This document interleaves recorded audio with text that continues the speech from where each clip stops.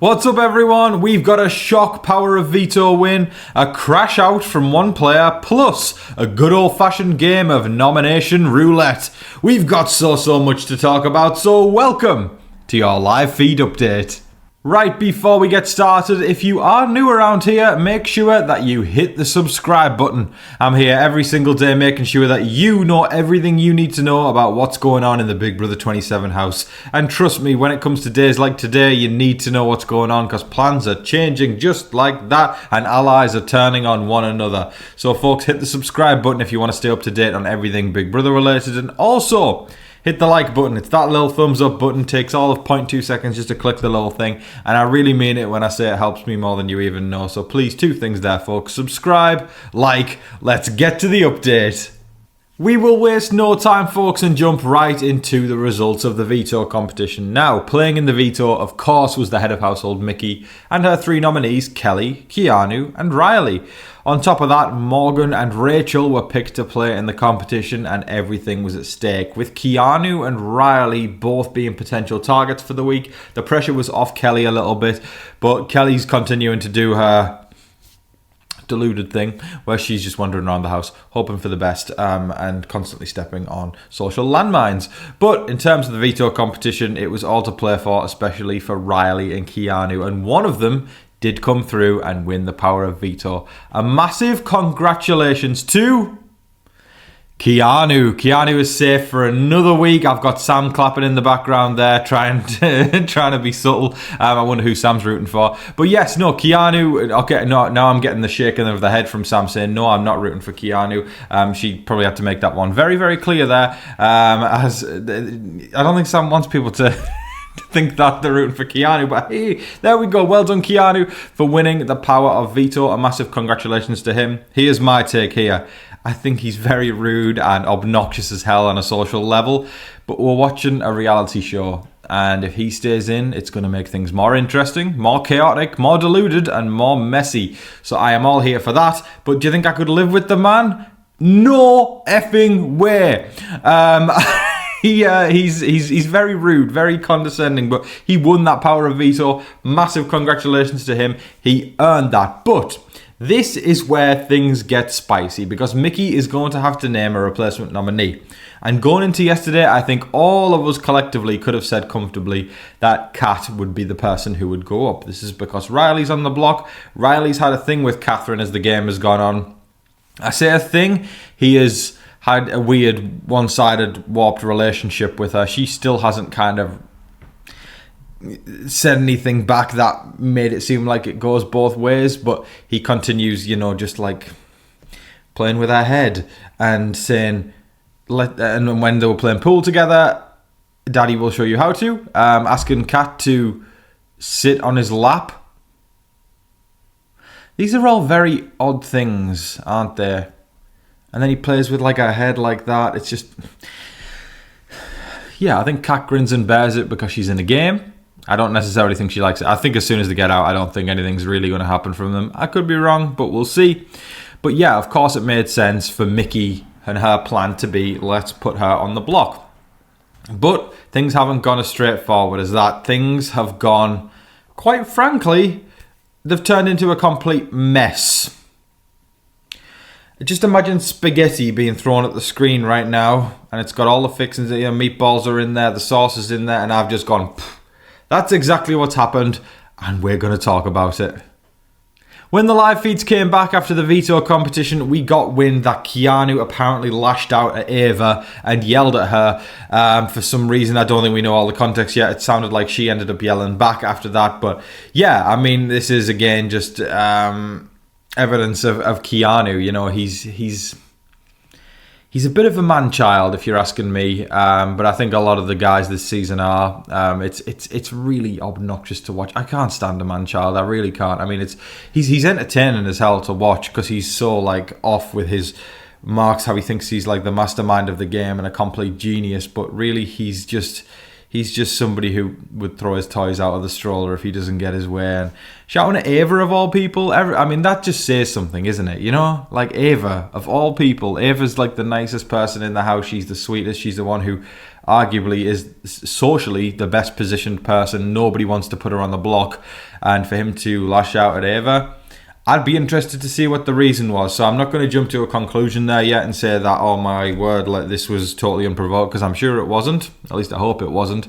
But to me, just as somebody who's been watching the feeds and as an updater, I feel like I can confidently say I've watched Ava for 3 weeks, I've watched Keanu for 3 weeks, and Ava is a much more pleasant and so more of a social butterfly than Keanu is. Ava seems to effortlessly make herself effervescent and likable, whereas Keanu, I feel like, doesn't really have the skill set to be able to do that with himself, so he overcompensates in his head and convinces himself that he's the mastermind to make himself feel better about the situation that he's actually in. But shouting at Ava, that's a no-no from me. Late at night, Rachel was really working Riley. That sounded weird, doesn't it? Rachel Riley. But yes, Rachel was working Riley. She was buttering him up like popcorn on date night at the cinemas. He was really, he was falling for it. Hook, line and sinker. Rachel was saying, you remind me of Brendan, and especially where Brendan's her husband that you fell in love with on Big Brother, if you didn't know, folks.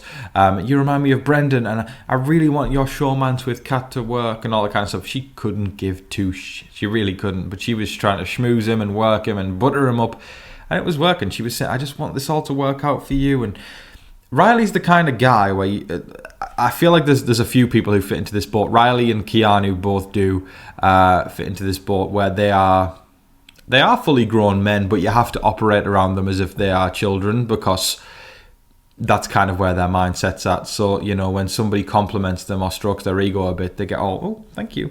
And then all of a sudden it becomes very, very easy to tell them what to do, just like you would with a child as a parent. You know what I mean? It's about negotiating with a child, isn't it? When you've got a kid and you want them to do something and they're not listening, you have to reason with them, and it's not like reasoning with an adult where there's actual logic there. You basically have to, schmooze them a bit and say, okay, I'll read you a story before bedtime, and or, maybe I'll let you have some extra dessert tonight, or we can watch Coco Melon before you go to bed. Is that okay, Riley? Yeah. And we'll put Bluey on for you, Keanu, and then maybe you'll feel a little bit better. That's exactly how you have to operate, and Rachel's doing exactly that. She's a pro at the game. She's a veteran. She knows how to work people, and she is operating with Keanu and Riley as if they are two very young children. With Riley's blunder this week of moping around and not kind of getting his game together after his head of household was dethroned, he is having to face the consequences of being target this week. And not only he knows this, but his love interest, I'm going to call her that, / in-house mommy, Kat, is also very aware of this. She, obviously, we talked yesterday how she was going around the house kind of apologising for her Riley's actions, and trying to justify, saying, oh, no.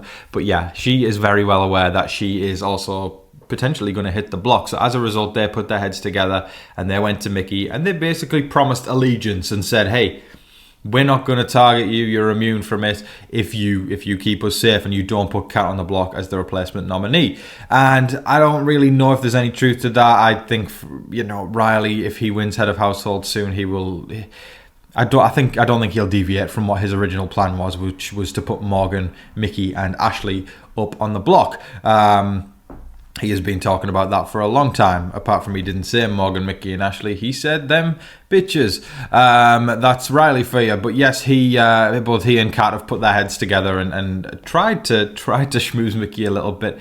It may work, but it may not. Here's the thing. I feel like Mickey's mind is made up already. That's going in a different direction. And it's actually, the killer is inside the house. To use that old phrase. The killer is inside the house. I think she's thinking of turning on her own alliance. Okay, prepare for this one, folks.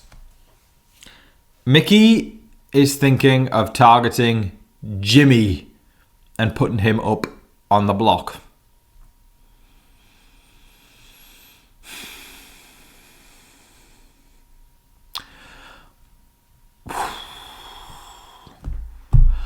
What in the dumbassery is this? I have been so high on Mickey for the first few weeks, And now she wants to go and put one of her own allies on the block. Mickey stock just went down. It went down. It plummeted. I heard the stock market, Wall Street is crashing. It is absolutely insane. She is thinking of nominating one of her own allies. And this is all a combination of the anti-Jimmy sentiment that's been going around for a few weeks. He's kind of only got himself to blame after making his head of household so big and bravado without actually delivering anything and trying to be the center of attention. Mickey didn't like that. Morgan didn't like it even more. And now the wheels are rolling, because after a conversation with Keanu, after he won the power of veto, the three of them actually came to some kind of consensus that it's actually Jimmy who's been pitting people against one another and all that kind of stuff. It's just fascinating to watch this game play out, just because from an alliance standpoint, Keanu's kind of on a little island called Keanu in the middle, and Mickey and Morgan, for some reason, are listening to everything he wants to say, when I feel like Keanu does not like them. He doesn't want to work with the women at all, even though it would serve him well. So then, like I said, Killer is in the house and thinking of targeting Jimmy. It doesn't make sense for this side, for Mickey and Morgan's side, to target Jimmy. It makes sense for Zach and Vince's side to target Jimmy, because that's a number against them. But for Mickey to do it, the only person she's benefiting right there is Vince and Zach's side. And to me, I know it's only week 4 in terms of nominations and in terms of the head of household, but it's starting to me to look like Vince and Zach are not going to have to do much to get deep in this game. And it's because of, and this brings me no joy to say this, but there's a lot of dumb gameplay going on. First 3 weeks, everyone does what the house wants. And by the house, they mean don't upset Vince. And then this week, finally, Mickey plans to put a dent in things, and then she ends up doing the old switcheroo and is probably going to target one of her own allies. Hey Vince, would you like $750,000? Let me just write that check out for you. I am so frustrated. I am so freaking frustrated, because I just wanted to see a good old-fashioned battle of both sides going at each other and maybe taking out one at a time. Not taking out their own. This is reminding me of Faute. Who remembers Faute and the Hive from Big Brother 20? You know, the house split right down the middle, and it was level 6 on one side, which was Tyler, Casey, Angela, you know, the cool kids who peaked in high school. And then you've got the outcasts who are Swaggy C and Rockstar and Bailey. And there was a lot more personality on that side of the house. But they kind of went at each other, but unfortunately the outcasts couldn't get their crap together, and they were just taking each other out. And then who remembers that week? Was it Scotty where he took out Haley? That was just, it was something like that. Or Scotty took out Vasey because he had a crush on Haley. It was just, it's reminding me of that a bit, you know, because everything that's happening right now, this storm is going, and everybody's in the middle of it. And then Zach and Vince are just sat on the side going, ooh. Yeah, there goes Amy. Oh, bye Zay. Yeah. Oh, Adrian's gone now. See ya. Oh. And then all of a sudden they're in the final 2 after every single person, and they won't even have been in the eye of the storm. Like I said, it's frustrating. It's crazy. Mickey needs to get it together. Very disappointed if she ends up targeting Jimmy, which is looking very, very likely. But like I said, this is going to be one of those things where if she does do it, it could just live with her forever of how she butchered her own game. That is a vote who is going to be with her, somebody who will go to war with her. But Mickey and Morgan, I feel like they are gamers, but there is such thing as gaming way too hard to the point where you overthink everything and then you throw your own ally under the bus. Crazy talk, crazy stuff, very disappointing. Speaking of Morgan and Mickey gaming too hard, Rachel caught wind of something that they had said behind her back. And basically she found out that they were planning on making her the first juror of Big Brother 27. Of course, you're going to be upset about something like that as the game goes on. You think you've got these people, you think you're tight with them, then all of a sudden you find out No, they want rid of you. They want to get rid of you and put you in the jury. Of course, it's good that Rachel's heard this now because now she can start to make some maneuvers. And I kind of hope she does. Mickey and Morgan, in my opinion, this is the most disappointing update I have had to give on them of the entire season so far. And they've really shot themselves in the foot here. And if Vince's side of the house stays united, the other side's screwed. Unless it's like back-to-back HOHs. But even then, how can we even prove that they're not going to turn on one another and just do what Vince wants? When we mean the house, it means Vince. I am all of a sudden imagining the Big Brother Hall of Fame and seeing all those winners next to each other those past few years. You know, we had Taylor, we had Jag, we had Chelsea. Whose picture do I see up there? I'm already seeing Vince or Zach joining the lineup as Big Brother winners. And that's a gut wrench when you can say that pretty early on. But I don't know that for the truth. But if the gameplay on Mickey's side of the house continues to go this way where you're cannibalising your own, it's just going to be disastrous. And I'm not saying she can't bounce back from this, but this is a terrible decision. And like I said, Mickey stock's gone down. But and Rachel's found this out as well, it's really not looking good for that side. All the cracks are starting to show. And again, this is a game of moving pieces, but this was their chance to establish themselves and take out a big threat. But no, Mickey decides to put Kelly and Keanu on the block with Riley, and then all of a sudden Keanu wins the veto, and then she's copping out doing Kat. Like, she could have easily just taken a big swing at a threat, but she didn't, and it's disappointing. I'm sick of this bullshit about let's do what the house wants. I'm so sick of it. Like, seriously, I've talked about this for years, and I know I'm going on and on and on about this, but I hate it when it becomes just the standard of the game. Does a backbone exist? Are we all just spineless now? It's terrible, disappointing gameplay. And I'm not saying doing Jimmy is what the house wants. That's just a dumbass move in general. But boy, oh boy, these house guests, they are, I think I speak for myself and a lot of the viewers when we'll say it's draining watching this kind of gameplay where it's like watching a chicken without a head run around. That is all of your live feed updates for today, folks. I thoroughly hope you all enjoyed seeing all the chaos of what's going on inside that crazy, crazy house. Some very frustrating gameplay coming to you. It's just annoying, honestly. I'm disappointed that today's update couldn't be more like, ooh, some good moves being played here. But also, it makes for just entertaining viewing, I guess, when you're seeing chaos.